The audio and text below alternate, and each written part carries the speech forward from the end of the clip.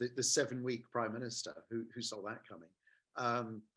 Just to nail this, I mean, I don't think it's impossible to satirize or to make comedy about what's happening now. I just think the means by which we do it have changed. So I think a lot of the rapid things that you see, fast turnaround things that crop up on Twitter the next day in response to what's happened, are very good.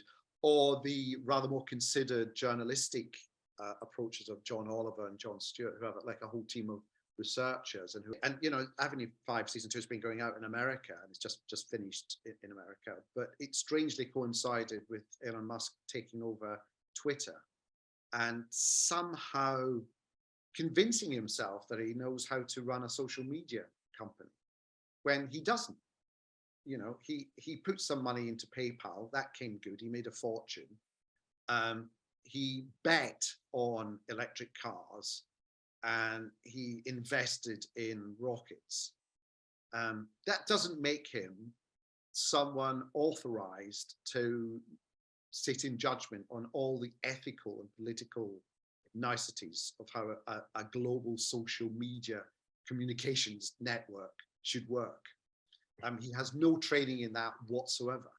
And yet, you know, he carries on as if he's he's God's genius on earth, and is therefore what he says can go. And we're seeing what's happening is that it's just it's just burning and crashing. I hope it doesn't, because Twitter's the only social media that I've ever used, really. I'm not a kind of Facebook person or an Instagram person. I'm rather kind of old and set my ways. So I gave Twitter a go, and that seemed to work. So I'm stuck with it now. Because, you know, for example, in his cost-cutting measures, he got rid of all the content moderators. And content moderation is like the key problem with social media. The fact that, you know, when it started, it became this like Wild West, undiluted pipeline for all sorts of horrible, X-rated, gruesome footage, the darkest of views and opinions, and you know, a conduit for hate. And therefore it's important there's a human element there, editorializing it and putting safeguards in place. So if you start getting rid of all the human content moderators and just rely on machines to be able to filter this stuff out, then you're on a hiding to nothing, really. So it is worrying. And it's also worrying how much, you know, that thing that the algorithm pushes us towards something that's going to be more interesting. So inevitably, it pushes us towards more and more extremes. So before you know it, you're just surrounding yourself with opinions that not just mimic your own, but actually are heightened versions of your own, to the extent that they start becoming extreme. And you know, and I think that's made a lot of us fear debate. You know, fear hearing someone live in front of us say something that's of a different point of view from our own, because we don't really know what to do other than to mute them. You know, in comedy especially, you've got to be careful not to offend. My response is, what's wrong with being offended? You know, if you have a set of beliefs and opinions that can't withstand a joke, then you can't really have thought them through all that rigorously. You know, you've got to be challenged. You know, in a way, you can discover how much you value certain things if you have them challenged, because you're then forced to think exactly why you value these things. So that's my concern, that the way social media operates at the moment in this unfiltered way is that it's pushing us into this. And we talked about virtual reality as well.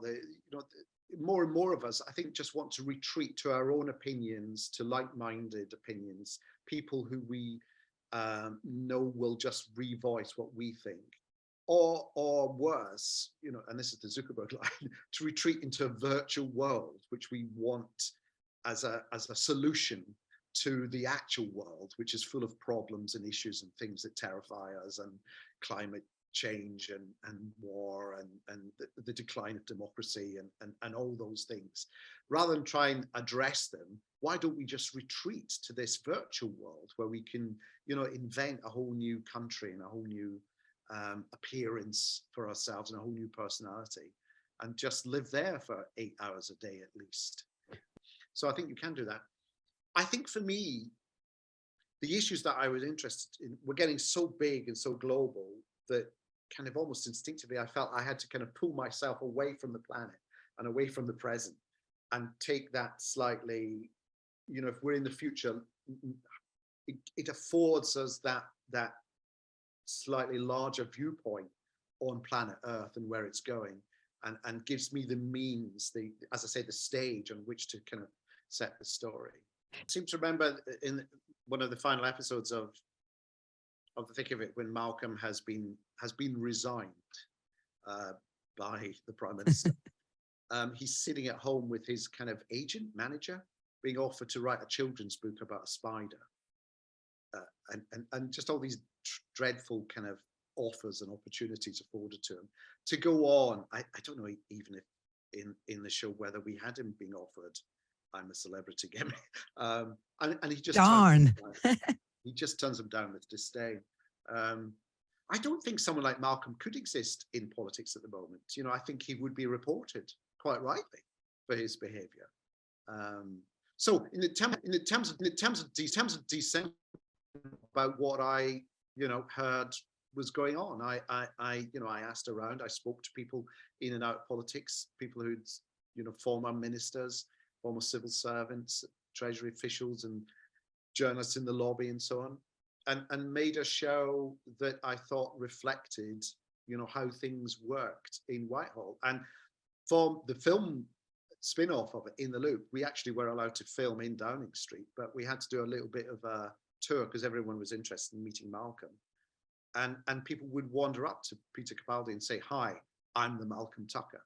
So there was an acknowledgement, but if you're an emotional bully, you've forfeited that respect. Really, it's a form of manipulation of others rather than an encouragement of others' abilities. It's it's a disdain for other people and an attempt to diminish other people. Favorite prime minister is Clement Attlee, who had a charisma bypass and looked like a Captain Mannering of old or something. The meekest looking of individuals, but his genius really was to promote, not a business leader, to promote into his cabinet big names and ambitious people, and just tell them he wasn't scared of them. He wanted them to do their best. And he wasn't trying to impose his own personality and his own outlook across government. And politics has become more and more centralized over the last 30 years. The power that goes into the office of the Prime Minister, we've allowed the Prime Minister to become more presidential in a way, which wasn't the case 30, 40 years ago. So you then encouraged people to go into ministries and be ambitious about having high ambitions for the ministry and being able to achieve things. But now everything is seen as being a stepping stone to becoming Prime Minister. And if you find out at the age of 35 or 40 that you're not going to be Prime Minister, you might as well get out of politics and go into the jungle. That's where we've come. And it actually, there should be an aspiration about being the Minister for Health or the Secretary of State for Education. That should be, you should be proud of being asked to run departments like that. But now they're seen as stepping stones. Things have got so extreme in America now that people don't get elected to pursue their ideals for the common good in a spirit of cooperation and a spirit of reaching out to the other side. It's all about vote for me because I'll stop the other person from doing everything that they want to do.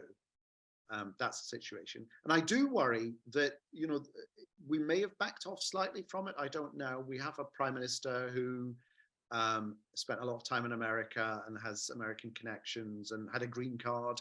We are slightly obsessed with the American way of doing things. Just a small, for instance, it used to be that in politics, what you did was you get your own vote out, but you then have to try and attract as wide a selection of independents and people from the other side as possible. That's how you win.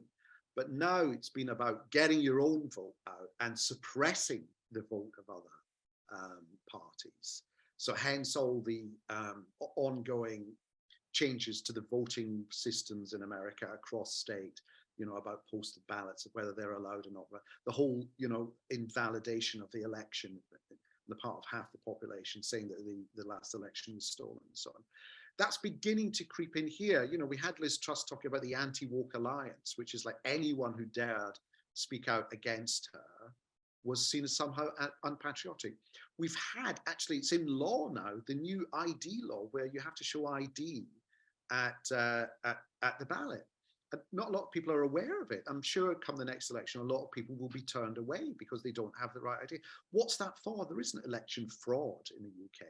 It's a spurious policy, really, I think, designed to kind of minimize the turnout from certain people who don't have passports and driving licenses and so on. There's that. There is also, a tendency for politicians to avoid being interviewed, to back away from, your Andrew Neils and wherever. I'm sure Times Radio hasn't had this problem, but Rishi Sunak saying that I'm not sending ministers out every day to go on the Today programme.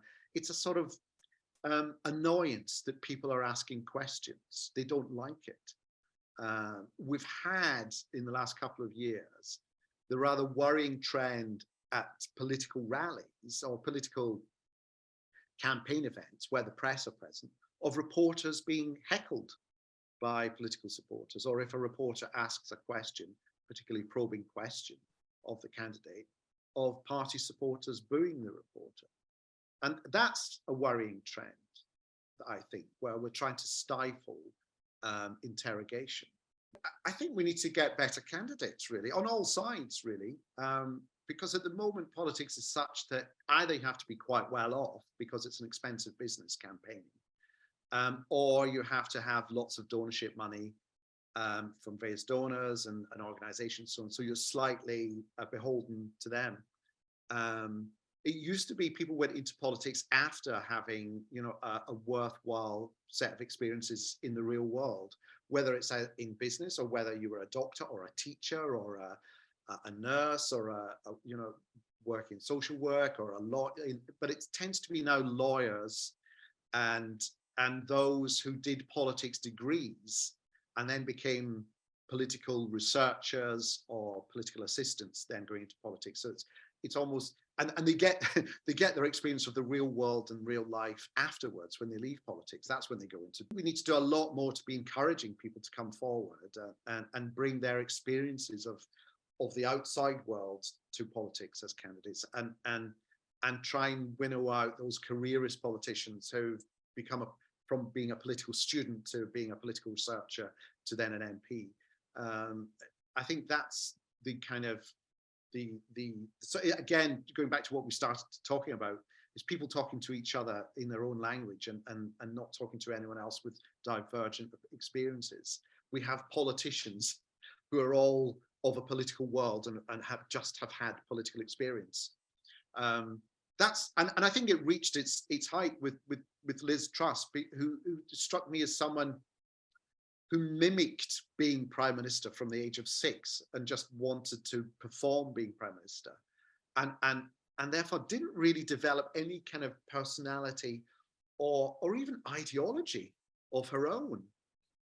So even though she became prime minister, no one quite knew where she stood on anything, and as it turned out, neither did she. And therefore, the performance was all that she had. The performance of being prime minister in her Instagram account was all that mattered. And that's where we ended up. So hopefully, if that's it at its kind of starkest point, hopefully we're now beginning to draw back from that and looking around now from people who have.